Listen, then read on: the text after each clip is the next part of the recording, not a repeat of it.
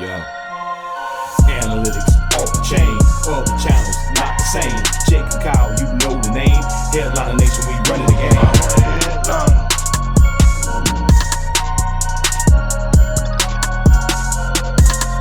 I'm a headliner.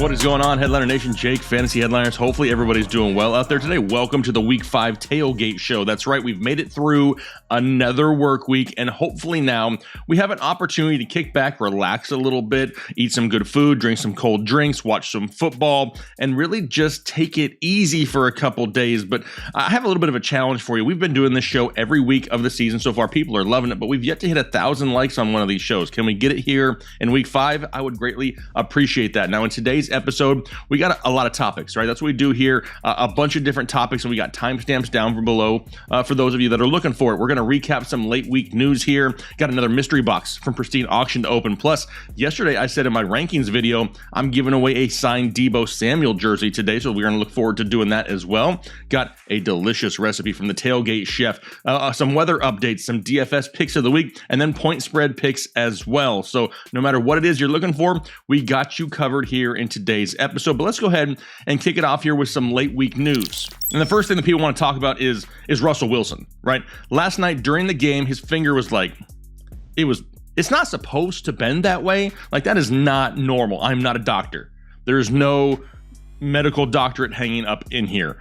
But that's not how a finger's supposed to look. Right now, x-rays have already come back negative, which is a good sign. However, x-rays also came back negative on Gronk, and that dude ended up having like 5 broken ribs and a punctured lung. So we really need to await the MRI results, which should be coming out at some point after this recording here today. Hopefully, it's nothing serious. They're calling it a badly sprained finger. Okay, well, surgery is an option here if it is broken. So this is definitely something we need to pay attention to, because as Tyler Lockett owners, as DK Metcalf owners, we want Russell Wilson on the field. So we're definitely paying close attention to that injury.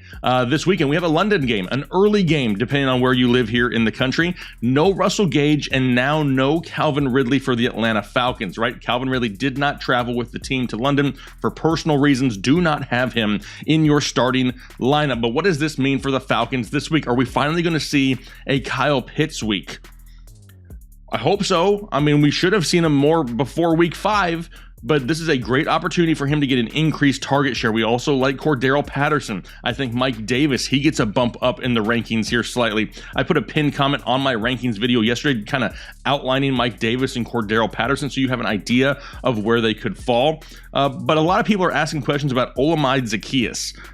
Honestly, at times last year, he put up some decent numbers in PPR scoring formats, but hopefully in week 5, you just have better options. There's so many options out there with safe floors paired with high ceilings that I don't know if I'm willing to risk it here this week with Olamide Zaccheaus, but it's just one of those offenses that aren't clicking. If they were producing every single week, then yeah, it's kind of plug and play. The Falcons, not so much there. I'm sticking with Pitts, Patterson, and Davis to get a slight bump with no Calvin Ridley or Russell Gage this weekend. Next up, Christian McCaffrey. Is this dude human? Like, he wasn't supposed to play football yet. Like, this is not normal, right? If I have the same injury as he does, I'm out for like a year. He's been out for like a couple weeks, if that. And this guy is already coming out and saying that he has an opportunity to play this weekend. Now, do the Panthers do that? Do they risk, throwing him back out there, potentially re-aggravating it and making it be something that lasts even longer? I think after last year, I think that they play it safe this week, and they kind of hold him out. Do they need him this week in a matchup going up against the Philadelphia Eagles? Potentially, but is it worth losing him rest of the season? Because the Panthers are actually playing for something this year, right? They're actually not bad. Do they want to risk losing him the rest of the season over something they can maybe just give him another week or 2 rest? I know Christian McCaffrey owners hate to hear that, but that's probably the smart thing to do at this point.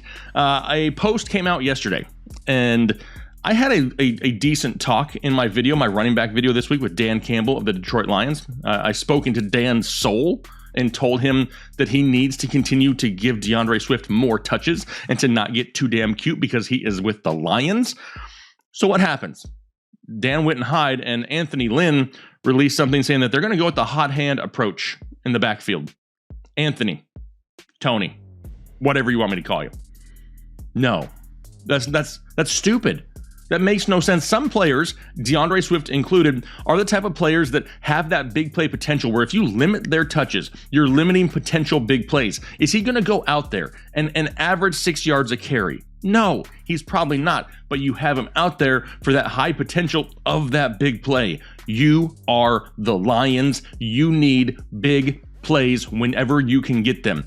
I don't dislike Jamal Williams. I really don't. I think he's a solid running back in the NFL, but he's not DeAndre Swift. So if you want to go with the hot hand approach, enjoy picking in the first 5 picks of the NFL draft again next year, because it's just not going to go well for you. DeAndre Swift is an elite talent that you just refuse to use on a weekly basis. So Anthony, no, be better. Anthony, be better. Lastly, once again, want to reiterate this. The London games this weekend. Early games here in the States for us, right? So make sure that your lineups are set before you go to bed Saturday night, because if you want to sleep in on Sunday, you don't want to miss setting your lineups if you do have a member of the Falcons or the Jets in your line. I don't doubt you have any Jets, right? Does anybody have any Jets? Maybe Corey Davis, maybe Jamison Crowder. But I know there's a few people with some Falcons players out there, so make sure you pay attention to that before you go to sleep on Sunday morning. But now is the time where it's like Christmas, right? Now, yesterday in my rankings video, I said I was giving away an autographed Deebo Samuel jersey. It is literally signed Deebo's. It's like he's just like claimed it, right? This is Deebo's jersey right here. So I said all that you had to do is leave a comment on yesterday's video, hit the like button on it, and then make sure you have an account set up through Pristine Auction. It's a free account. It costs you nothing. You go to their website, you sign up for a free account, you use the promo code Headliners when you sign up, and you're good to go. We're going to email you a $10 off coupon whenever you want to make your first purchase, but then you're set up for these weekly giveaways. We're doing this every single week. This is not like it's a one-time thing where you missed out and now you don't have to do it. No, every single Friday, I'm giving something autographed away. And I want to make sure people understand that. Now, I've already reached out to the winner of the autographed Deebo Samuel jersey, and it's none other than Skeptic MC. That's right. I've already sent him a message here on YouTube, and he already responded. It was like lightning fast. He did it with like in seconds. He was waiting out there. So congratulations on winning that jersey, my friend. Now, I have this week's mystery box right here.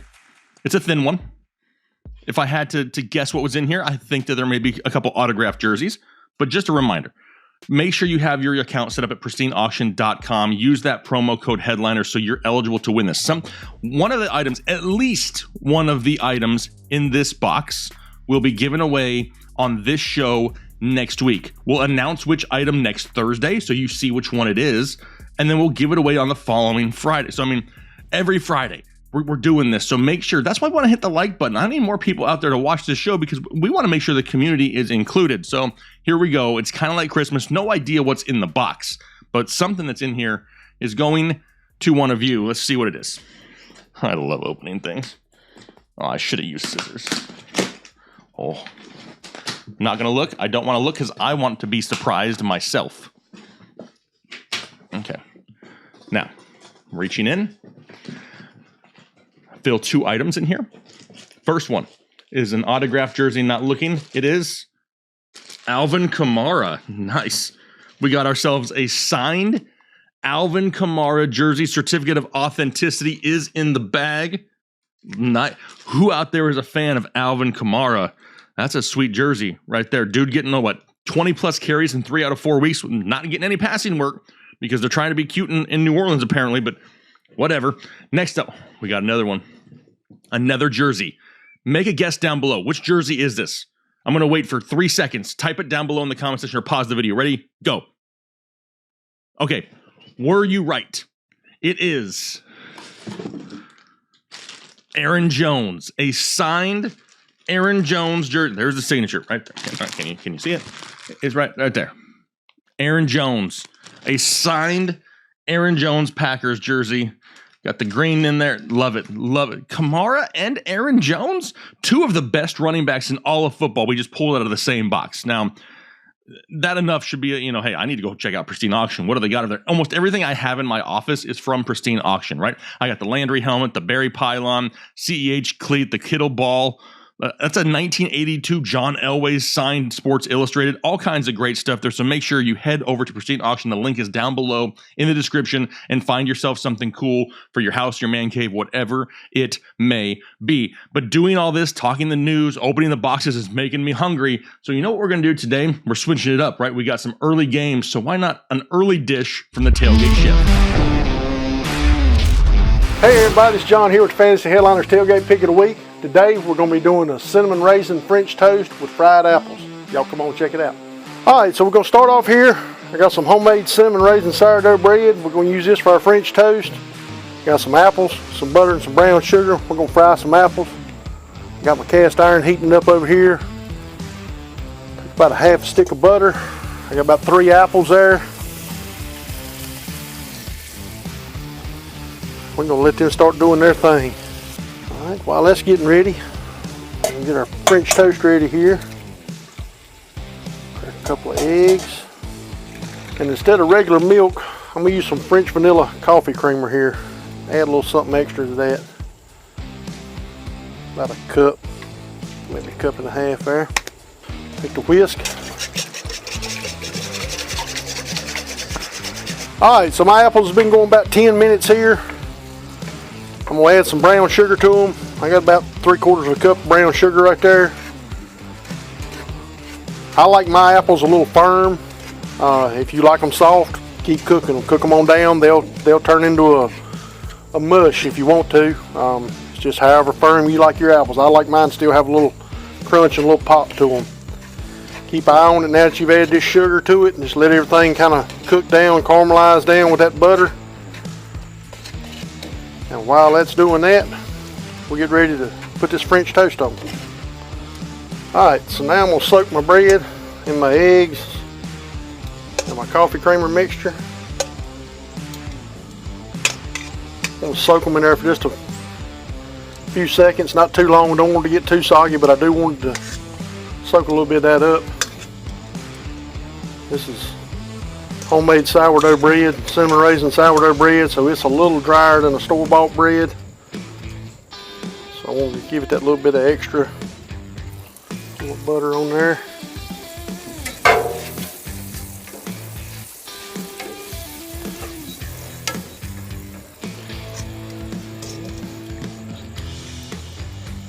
Put our French toast on.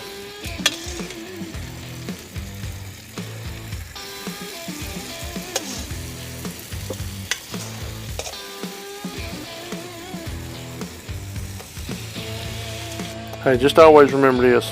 Give a man a fire and he'll be warm for a day. Light a man on fire and he'll be warm the rest of his life. Hell yeah. Alright, so our toast is getting done there. Getting nice and brown. Like we want. We'll bring it over here. Got our apples and our glaze ready right there.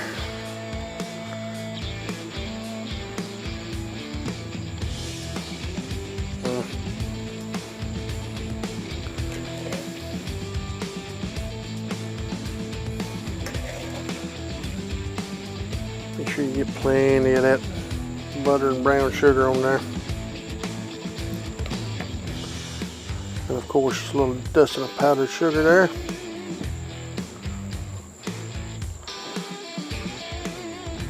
There you go. Hope you enjoy. I mean, come on. Be honest. How many of you have actually ever used coffee creamer for French toast before? That was like next level. I was in full fat boy mode after that was filmed. No joke. That was absolutely delicious, but the apples, it's something makes it healthy or something, right? It's like health food, right? Anyway, great dish. Make sure you try that one out and try it early this week, right? We got the early London games. Wake up and make some breakfast there for the house. Great. Next up, the weather. And who else is better to talk the weather than our own Tater Miles? Well, how's it going there, Headliner Nation? This is Tater Miles coming to you back with our weekend weather report. Thanks for joining me for today's tailgate. Now listen, before we get started, just like last week, I got another little beer review for you. So I had somebody suggest this to me, but this is the Guinness made at their Open Gate Brewery in Baltimore, Maryland, the Baltimore Blonde. Now, let's see. It says they have refined their original blonde recipe for brewing at the Open Gate Brewery. And that's all it says. This is, oh, here we have a crisp golden beer, citrusy with a refreshing finish. Citrusy, they say. All right, so we're going to try this out. Once again, this is that, here's that label there for you. It's nice and pretty. Got the designs on it. Nice. All right, so one sip, everybody knows the rules.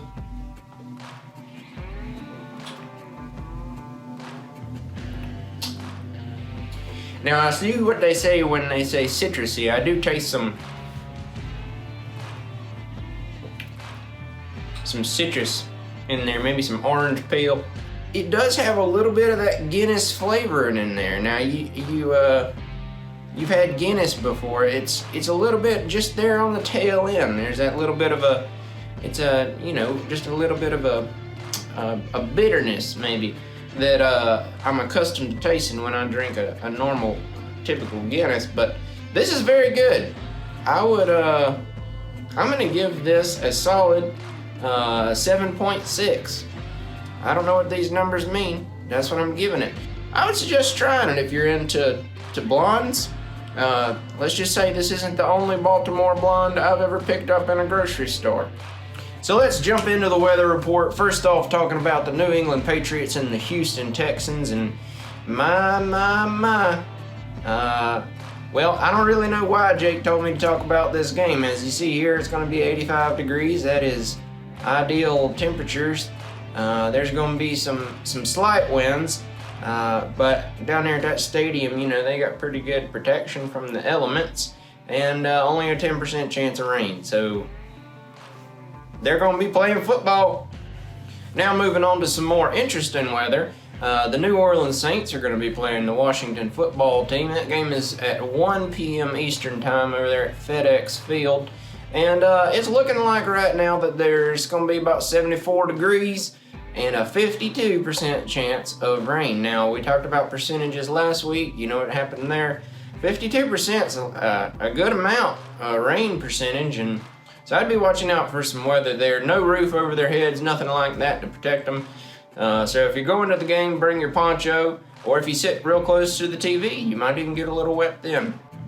And the last game that I want to talk to you about is the Buffalo Bills and the Kansas City Chiefs. Now, this is going to be a fantastic football game, but weather is going to be an issue here. Now, moving on into the afternoon, there at Arrowhead Stadium, you're going to pick up on the chances of rain. This game is at 8 p.m., well, 8:20 p.m. Eastern time, and about 8 p.m., those chances of rain are jumping up into the 60% chance of rain. Winds blowing at 4 miles an hour coming in out of the southwest, and this is the first game we've talked about. That little red thing up there at cloud at the lightning bolt seems scary, honestly. I wouldn't want to be out there slinging my balls around in that kind of weather, and two of the best gonna be going at it. So I don't care what the weather looks like. It could be a tornado out there. I'd still start Patrick Mahomes. He's liable to do one of them sideways passes and get caught up in a tornado and still wind up in Tyreek Hill's hands. Anyways, that's been your weekend weather report from Tater Miles, your beer review. Go get yourself a Baltimore Blonde. Have a little fun this weekend, and I'll talk at you later, Headliner Nation.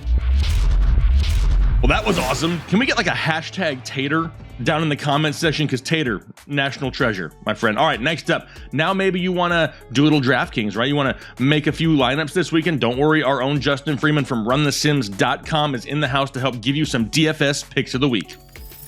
What's up, headliners? Justin Freeman here from runthesims.com, and we are going to be talking about the Week 5 DraftKings main slate. It looks like it should be a fun one. We're waiting for a little bit of value to open up across the board. Haven't seen that materialize too much just yet. But before we do, a quick reminder, go check out runthesims.com, a premium DFS tool site. You can get every tool you need to succeed in daily fantasy sports, and you can use code HEADLINERS for 10% off your purchase over at runthesims.com. Go check us out. Let's hop right in to our optimizer, where we'll talk about some of the best plays here of the week on this DraftKings main slate, and we're going to start at the quarterback position where there are a couple really strong plays. And the model here tends to like really explosive playmakers that use their legs, and that's what you see here at the top of the board with Kyler Murray and Dak Prescott. But a quick reminder that those two guys have not had to utilize their legs so far this season. They've been getting there with their arms. It's a little bit different.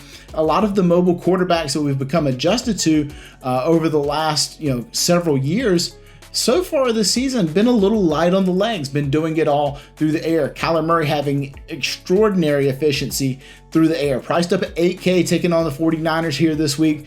Grades out as one of the top options for sure. Dak Prescott, $6,900, taking on the Giants. It's a really plus matchup for Prescott.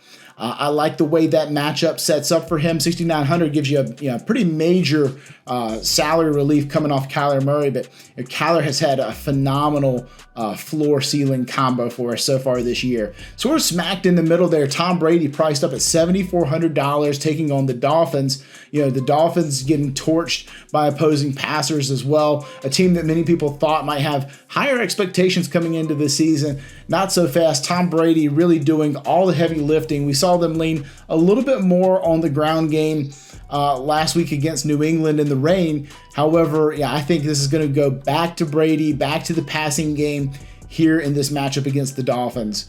Derek Carr, the Raiders are leading the NFL in pace. They're getting a lot of plays down, and that's helping him in his $6,100 salary. It's not the best matchup. Chicago Bears playing tough defense, but if you're gonna move the ball on these guys, I think you can do it through the air.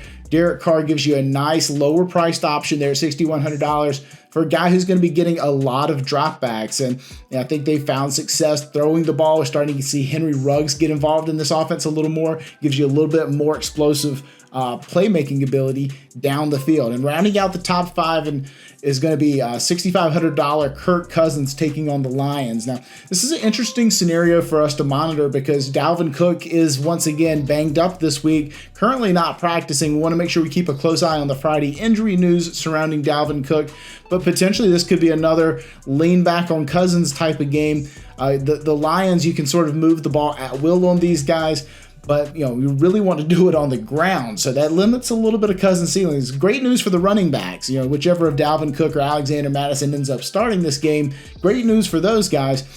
Cousins, I think, will still be fine. Just makes you wonder whether the ceiling's truly there for him there. Trey Lance is just outside the top five, but I do want to point him out. We currently have him projected to start this Week 5 matchup against the Cardinals, a game that could shoot out. Trey Lance came in and scored over 20 fantasy points in a half of play last week. That's certainly sort of upside that we are wanting to see in our passers. Let's talk about the running back position where the big value play here this week is Leonard Fournette. Fournette's only $5,200, and we're keeping a close eye on whether Giovanni Bernard is going to play this game. But we saw Fournette work clearly ahead of Ronald Jones. Looks like Ronald Jones is in the Bruce Arians doghouse, which is not a comfortable spot. It's not where you want to be. It gives a good opportunity for Fournette to basically grow into a bell cow role, which he had last week. But the Gio Bernard injury is huge. Whether he plays or not completely caps the ceiling of Leonard Fournette. If Giovanni Bernard takes over the 2-minute role, and the sort of third down long distance type of role from Leonard Fournette, it kills Leonard Fournette's upside because he is getting there with an extra 3, 4, 5 targets in these games. Not to mention an extra 3, 4, or 5 rush attempts that he's now stealing away from Ronald Jones. It looks like the team trusts Leonard Fournette to get that done. But if Giovanni Bernard plays, to me, it totally kills some of the upside case around Fournette's volume. Just behind Fournette, Alvin Kamara is a guy that we, once again, I had a tweet about this earlier this week. You follow me on Twitter at JustinFreeman18, but my model cannot seem to understand that Alvin Kamara has a very different role this year. Now, granted, what's interesting about Kamara, as a projection builder myself, is you go in, you say, well, he's got the most snaps he's ever played in his entire career, the most percentage of rush attempts in that backfield that he's ever had. He's got no Latavius Murray anymore, no competition. It's all his. He's getting all the targets. There's no Michael Thomas to take targets away from him. And yet somehow, despite being the best situation of his career across the board in all those metrics, he's not as attractive of a play as he's been in years past. the fact that this offense is not moving the ball as consistently as that old Drew Brees offense makes a big difference for Alvin Kamara. At $8,600, he's priced just $400 below Derrick Henry. You got to figure, like, can you trust the volume? Or because what we've always seen for Alvin Kamara is he has gotten there on extreme efficiency. This is a guy who only needed 12 carries and 6 targets, and he was going to turn that into a 20-burger every time. This may not necessarily be the case here in this new Saints offense. There's a little bit of uncertainty there. $8,600 gives you a little bit of salary savings, but let's not be kidding ourselves here. Alvin Kamara is an expensive player. And do you feel strong enough against Washington firing him up at that price point? I think we go back, trust the numbers one more week, and stick with it there for Alvin Kamara.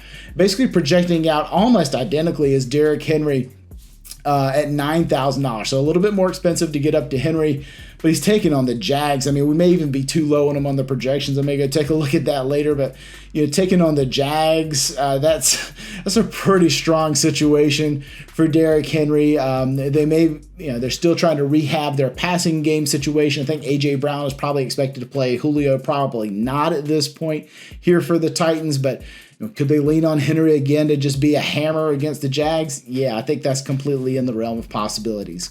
DeAndre Swift, a guy who graded out well last week and flopped big time, grades out well again this week. He's got a supreme passing game role, mostly because Detroit has no receiving options. $6,100 basically gets you the second best receiving option behind TJ Hawkinson on that team. Taking on the Vikings, a situation where I do expect Detroit to be playing from behind, as they will likely for most of the year. $6,100 for DeAndre Swift. Rounding out our top 5, Saquon Barkley, $7,300, going up against the Cowboys. He's starting to get priced up and up and up, sort of like the Saquon of old, but $7,300, still a reasonable price point to pay for a guy with that kind of talent.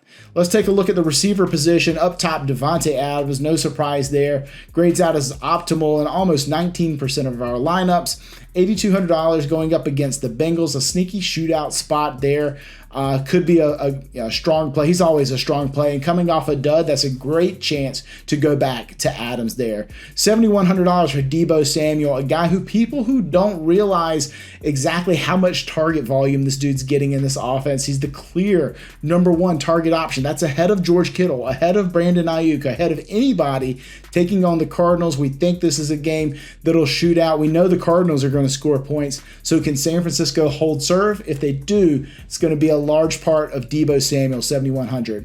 Number 3, $7,700 Justin Jefferson. We talked about the price point of Kirk Cousins at the quarterback position. We also talked about that potential game script could go run heavy. That's really the only thing that could go wrong for Justin Jefferson aside from an injury or some fluke like that. The guy's getting fantastic volume, $7,700. Love going back there for Justin Jefferson. Number 4, Antonio Brown, $5,200, completely underpriced going up against the Dolphins. And you know what I love to see? His teammate right under that, Chris Godwin, $6,300. Same team, same matchup going up against the Dolphins. We saw Brady pop up on the quarterback side. We see these 2 receivers popping up on the receiver side. To me, that makes a fantastic opportunity to stack up that game, or at least the Tampa Bay side of that offense. Rounding out just outside, Keenan Allen, CeeDee Lamb, DJ Moore there as well. Jacoby Myers, your next cheap guy that you could go to. Let's take a look at tight end. We'll get out of here. Darren Waller, number 1, no surprise there. The clear and away best tight end in terms of target volume on this slate as Travis Kelce plays the Sunday night game. George Kittle after that, $5,600. Another way to hitch your wagon to that potential shootout there between San Francisco and Arizona. Number 3, Dalton Schultz, a guy who's been getting tons of target volume over the last 2 weeks, taking on the Giants. Gives you a good option to pair with Dak Prescott in those stacks. And then don't forget about Tyler Conklin. So we mentioned Justin Jefferson. We mentioned Kirk Cousins. Here we are, Tyler Conklin, $3,500, a guy who's been around 20% target volume for the last couple weeks as well. And then rounding out the top 5, Cameron Brate, $3,300 going up against the Dolphins. So if you really wanted to triple stack around Brady, that might be a little aggressive, but you maybe want to mix your stacks up with Brate, with Godwin, with Antonio Brown. Obviously, Mike Evans is priced up a little bit more this year, or this week, I should say. So not quite as attractive when we're looking at our potential options. So that's going to do it for our Week 5 breakdown. As always, make sure you go check out runthesims.com. Use code headliners at checkout for all the DFS tools you could need. We'll see you guys next week. Awesome. Appreciate it, Justin. Now we're going to move over to those of you who want to bet on the point spreads. Now, our own Chris Chalice has been in the house and absolutely killing it with point spread picks here as of late. If that's what you're into, don't worry. He's got you covered right here in Week 5. What is up, Headliner Nation? Welcome back to Point Spread Picks, week number 5. Let's dive right in, man. Week 4 is in the books. We did very well last week, went 11-5, man. See, this is what happens in the NFL. Some weeks you fail, some weeks you just explode. 11-5, 68% is absolutely phenomenal record, man. Season record 35-29, and we're rolling, baby. Let's have another one. Let's shoot for a perfect week because that would make me happy, man. But Sunday contest, let's dive right in. First game in London. New York Jets at the Atlanta Falcons. Falcons favored -3. I mean, the Falcons now recently have no Calvin Ridley. He is a personal matter, will not play in this contest. This just inflates Patterson that much more to a full extent. He should see a lot of work. The Jets are coming off their first win for Coach Salah, and I mean, here we go again, man. Okay, we don't know how London games go. It's very different. No home team, lots of travel. We'll see how this one goes. I like the Jets this week, simply riding the high. They looked very good last week all around. +3, even if they lose by 1 or 2. I like the Jets. Next game is Philadelphia at Carolina, -3.5 for the Panthers. The Eagles are a strange bunch right now. They are not using the run game, not using Miles Sanders. Hurts is being, they're giving Hurts and putting the whole team on his shoulders at this point. I don't like it. I mean, he's battling, he's working, and I think they're going to play extremely hard. Carolina has proven to be a force on the field, both offensively and defensively. Recently made a trade for Gilmore, Stephon Gilmore. He will not play, obviously, this week, but they are moving in the right direction. CMC may be back in this contest. I think Philly plays their butts off in this one, even if they lose. I'm going Eagles +3.5, man. Green Bay -3, taking travel to Cincinnati to face the Bengals. They have found their mojo, Green Bay has, with Aaron Rodgers. I think they're hitting basically on all cylinders. They look very sharp, very good. The Bengals barely won, get extra rest from Thursday Night Football against the Jacksonville Jaguars. They showed that fight, that heart that you want to see in all these teams. I like it. Potentially no Mixon, and Higgins may suit up. We still don't know at this point. I'm still going Green Bay. I think they're going to be far too much for the Bengals to handle. -3. Let's go Green Bay. Next up is New England -9 at Houston. Those poor Houston Texans, man. The Patriots looked good last week against Tom Brady and the Buccaneers. Defensively played very well. Mac Money Jones, he is ride, man. He looks great. Probably the best out of all rookie quarterbacks right now. He looks absolutely phenomenal. We know what Bill Belichick can do versus rookie quarterbacks. I mean, his record is unparalleled in this league versus rookies, and it's basically an automatic win. I'm going New England on the road, -9. Easy money. Even if Davis Mills does anything, I think he's going to get crippled in this contest. I'm taking the 9 points. Next is Tennessee -4 at the Jacksonville Jaguars. Tennessee dropped a massive contest last week. I understand they had a lot of injuries. Julio Jones, A.J. Brown. A.J. Brown is trending in the right direction to play. Still no Julio. He may not play. But, I mean, Jacksonville's a hot mess right now, especially with everything that happened with Coach Urban Meyer. I mean, how can you trust anything? Even though they had that fight last week against Cincinnati, I don't like how that coaching game went. And, I mean, it's more trouble for them.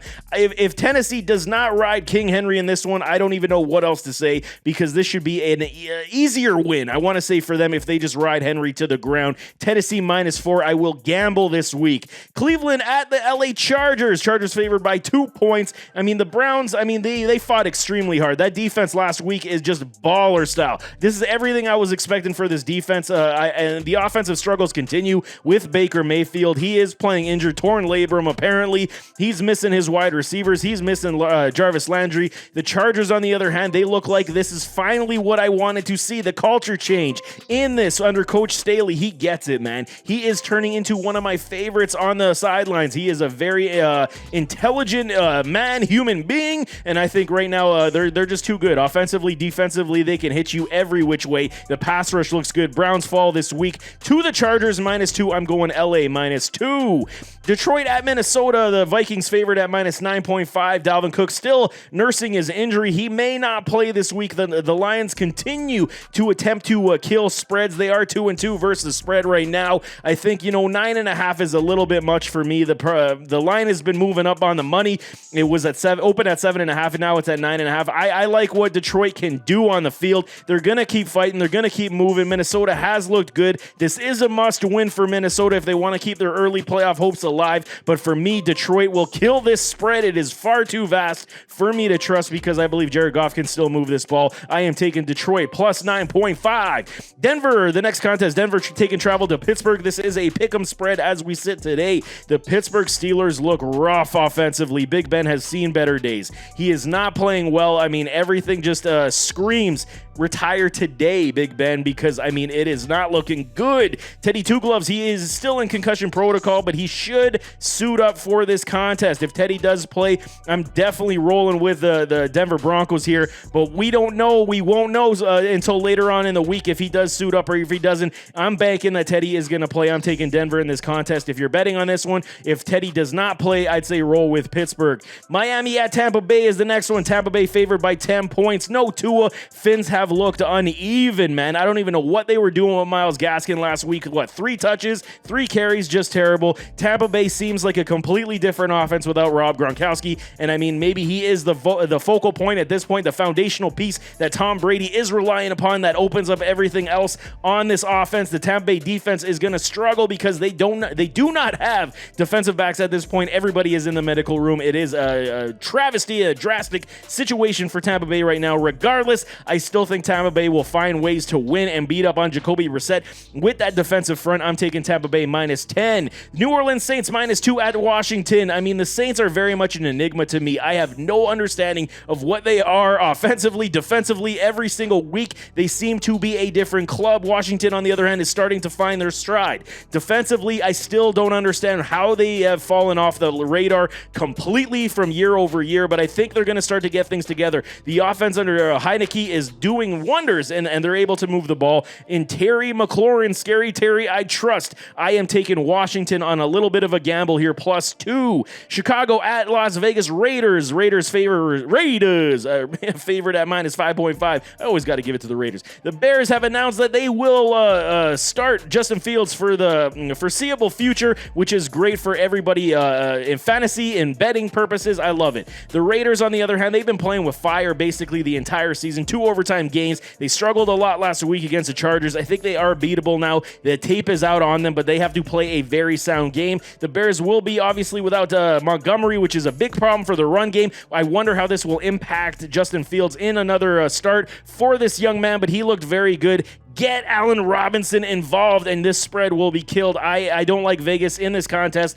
even though the defensive front is still a baller. I'm taking the Bears plus 5.5. Next is San Francisco at Arizona, minus 5 for the Cardinals. The Cardinals do look like the best team right now overall. Balance on defense and offense. The pass rush is getting there, allowing their defense to be extremely opportunistic. They have found their ground game. Kyler Murray is spreading the ball all over the field. I absolutely love it. The 49ers are dealing with injuries again all over this roster. It is so hard to trust who is going to play. Jimmy Garoppolo, the calf. If it's Trey Lance, is he going to play? How will he play? Will he struggle? It's a very difficult situation. If Lance is in, I think they're going to come with a bum rush on the defensive front on the Arizona Cardinals. I can't bet against the Cardinals right now. They are too darn good, and I'm going to stick with them. Minus 5. New York Giants at the Dallas Cowboys. The Giants, without Shepard, without Slayton, they are starting to simplify their attack, which actually is into their benefit. Using Saquon, he's back, baby. Saquon is back. Now you kind of just force feed Kenny Galladay and use Kadarius Toney as your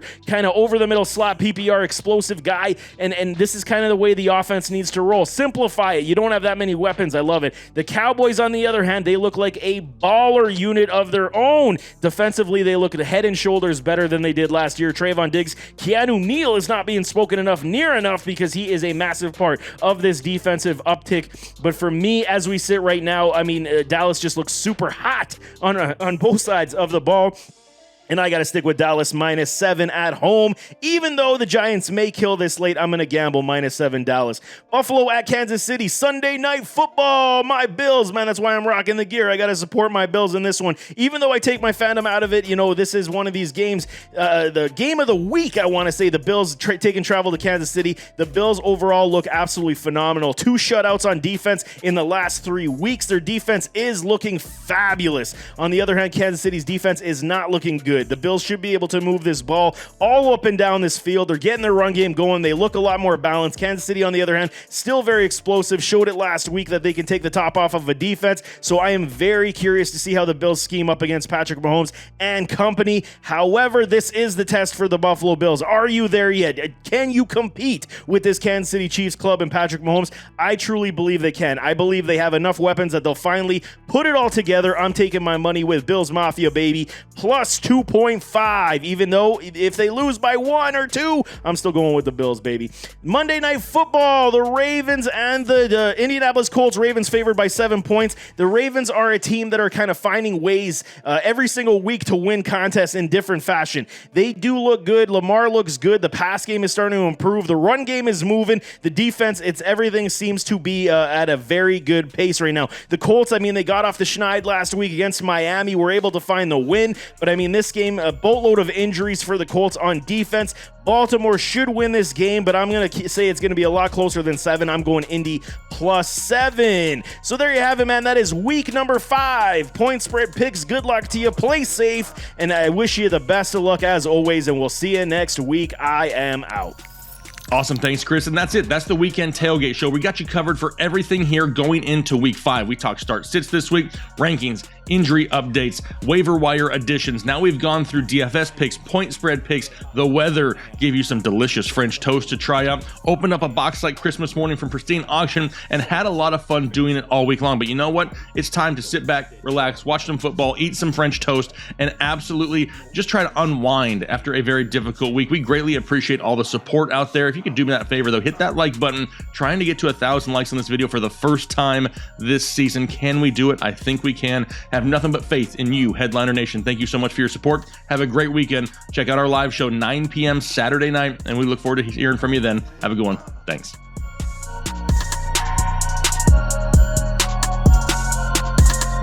I'm a headliner.